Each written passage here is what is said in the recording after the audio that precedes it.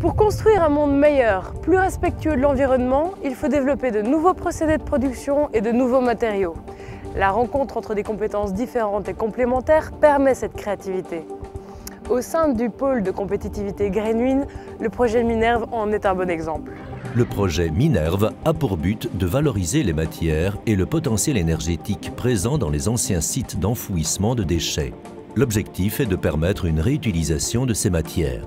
Nous sommes confrontés à un problème en termes de pénurie croissante de matières premières.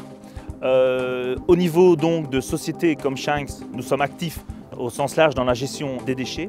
Et donc nous nous devons de travailler, de trouver des solutions innovantes dans ce type de problématique. Le projet Minerve a justement pour objectif de trouver des solutions et on considère donc des sites d'enfouissement de déchets comme des sources potentielles d'énergie ou de matière.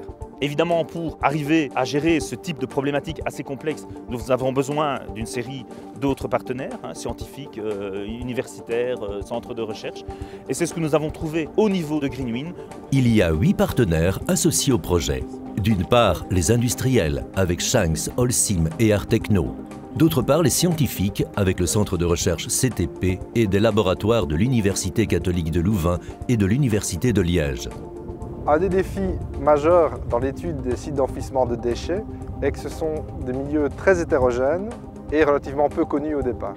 Donc pour les caractériser, en fait, on va utiliser des outils d'imagerie géophysique et des techniques d'analyse biochimique pour optimiser les processus de décomposition des déchets et la production de biogaz. Une fois cela fait, on va analyser les fractions minérales produites afin de voir comment les extraire, les traiter et les valoriser en termes de matériaux ou en termes d'énergie. Le plan Marshall 2.0 et Greenwind permettent donc que les compétences disponibles en Wallonie se rencontrent et mobilisent de vastes projets novateurs. Pour plus d'infos, rendez-vous sur wallonie.be.